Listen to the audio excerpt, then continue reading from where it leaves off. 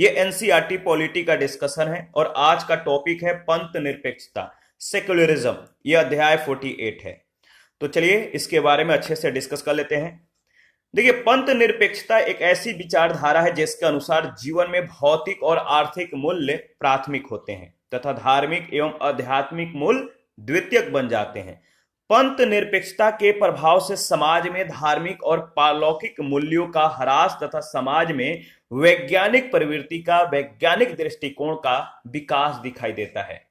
पंथ निरपेक्ष राज के बारे में चर्चा कर लेते हैं।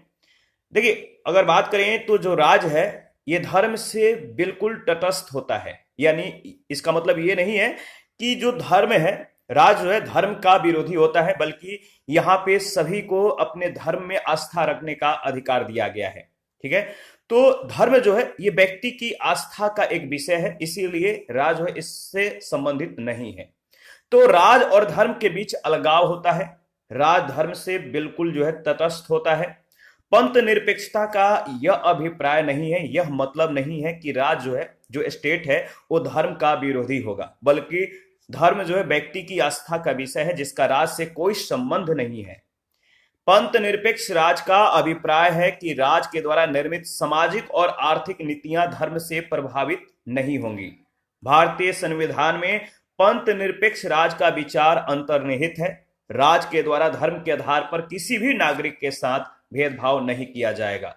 तो राज के द्वारा धर्म के आधार पर किसी भी नागरिक के साथ भेदभाव नहीं होगा। अनुच्छेद 15 में इसका जिक्र भी किया गया है। और राज के अंतर्गत अगर बात करें तो 16(2) में जिस बात को मतलब क्या स्पष्ट कर दिया गया है वो ये है कि राज के अंतर्गत नियुक्तियां और सेवाओं में धर्म के आधार पर जो है किसी भी नागरिक के साथ जो है भेदभाव या विभेद नहीं होगा। तो 16(2) में इस बात को स्पष्ट कर दिया गया है। राज के द्वारा अनुदान प्राप्त शैक्षणिक संस्थानों में प्रवेश धर्म के आधार पर प्रतिबंधित नहीं होगा, यानी जो राज के द्वारा अनुदान प्राप्त करते हैं वो शैक्षणिक संस्थान धर्म के आधार पर जो है किसी को उसमें प्रवेश के लिए जो है प्रतिबंधित नहीं करेंगे। अनुच्छेद 29(2) में इसका जिक्र किया गया है और धर्म को अंतःकरण से मानने, आचरण और प्रचार करने की जो है प्रत्येक नागरिक की स्वतंत्रता है। अनुच्छेद 25(1) में इसका जिक्र है और इससे स्पष्ट हो जाता है कि जो धर्म है वो व्यक्ति की आस्था का विषय है। याद रखिएगा। देखिए, भारत में राज और धार्मिक गतिविधियों के मध्य सैद्धांतिक दूरी की संकल्पना का विकास किया गया है। राज और धार्मिक जो गतिविधियां हैं इनके बीच जो सैद्धांतिक दूरी है, इसकी सैद्धांतिक दूरी की जो संकल्पना है इसका विकास किया गया है। और धर्म का हस्तक्षेप राज के गतिविधियों में नहीं होगा, लेकिन राज के द्वारा धार्मिक गतिविधियों में हस्तक्षेप, इंटरफेयर किया जा सकता है। भारत में पंथ निरपेक्षता का जो आशय है, जो मतलब है, धर्म और राज के बीच अलगाव भी नहीं है। तो भारत में जो पंथ निरपेक्षता का आशय है, जो मतलब है, उसका यह मतलब नहीं है कि धर्म और राज के बीच जो है अलगाव भी नहीं है, बल्कि राज के द्वारा सभी धर्मों को सम्मान दृष्टि से जो है यहाँ पे, या सम्मान जो है, सम्मान दृष्टि से सभी धर्मों को मतलब कि सम्मान दिया जाता है। सभी धर्मों को यहाँ पे बराबरी का दर्जा दिया जाता है। प्रत्येक नागरिक को अपने धर्मों को जो है मानने का अधिकार है। इसलिए जो है धर्म से राज जो है, जो स्टेट जो है, वो धर्म से बिल्कुल तटस्थ है। भारत में राज के द्वारा धार्मिक समुदायों को प्रदान की गई सहायता इसी का एक एग्जाम्पल है।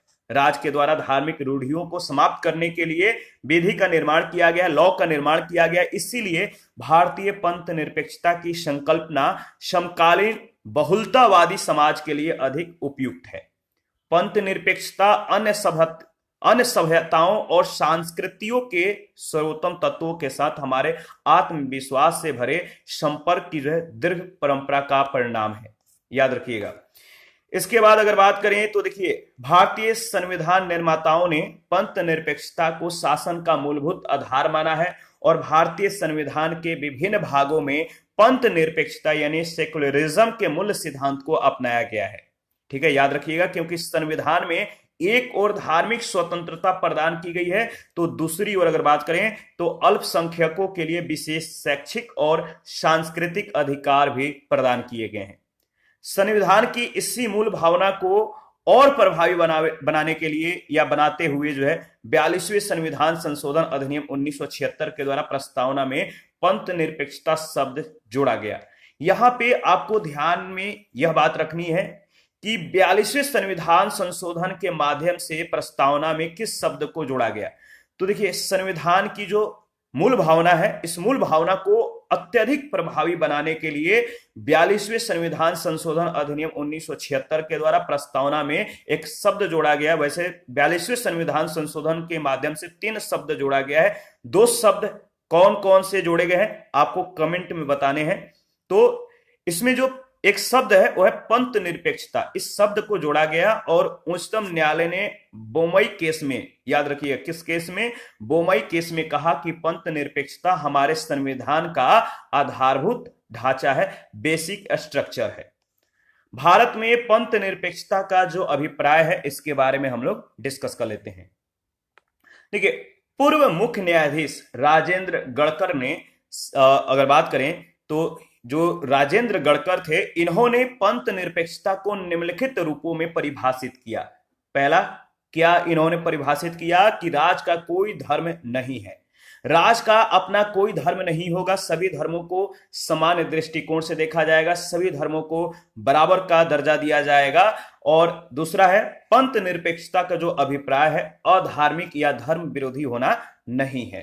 ठीक है, इसका मतलब यह नहीं है कि अगर राज्य जो है धर्म से तटस्थ है या सभी धर्मों को समान दृष्टिकोण से देखता है, सभी धर्मों को जो है बराबर का दर्जा देता है, इसका मतलब ये नहीं है कि जो राज्य है वो अधार्मिक या धर्म विरोधी है।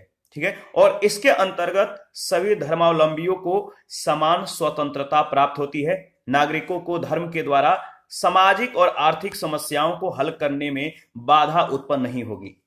न्यायपालिका के द्वारा यह स्पष्ट कहा गया है कि भारत में पंथ निरपेक्षता का सकारात्मक अर्थ है। ठीक है, जिसके अनुसार राज के द्वारा सभी धर्मों का जो है सम्मान, जो है इक्वल जो है सम्मान किया जाएगा। अगर पक्ष में तर्क देखें तो क्या तर्क दिया गया, पंथ निरपेक्षता के द्वारा सभी लोगों के साथ समानता का व्यवहार होता है, अल्पसंख्यकों को सुरक्षा प्राप्त होती है और राज्य के द्वारा सामाजिक, आर्थिक और शैक्षणिक नीतियों के निर्माण में धार्मिक आधार पर कोई भेदभाव नहीं होता है। पक्ष में तर्क जो दिया गया है। दूसरा तर्क दिया गया कि भारत में अनेक धार्मिक समुदाय के लोग रहते हैं और समाज धार्मिक है। ठीक है, यहाँ की जो समाज है वो धार्मिक है और इसीलिए पंथ निरपेक्षता की उपयोगिता है। इसके द्वारा अल्पसंख्यक धार्मिक समूहों के प्रति भेदभाव नहीं हो सकता और उन्हें पूर्णतः धार्मिक स्वतंत्रता प्राप्त होगी। तीसरा जो तर्क दिया गया कि भारत में सांप्रदायिक, अगर बात करें तो भारत में सांप्रदायिक दंगों के कारण पंथ निरपेक्षता पर सवाल उठाना तार्किक नहीं है, क्योंकि समस्या पंथ निरपेक्षता से नहीं बल्कि इसके उल्लंघन से है। इसीलिए पंथ निरपेक्षता को अधिक व्यापक और गहरा बनाए जाने की जो है आवश्यकता है। तो सेक्युलरिज्म क्या है इसके बारे में आपने अच्छे से जो है समझ लिया है।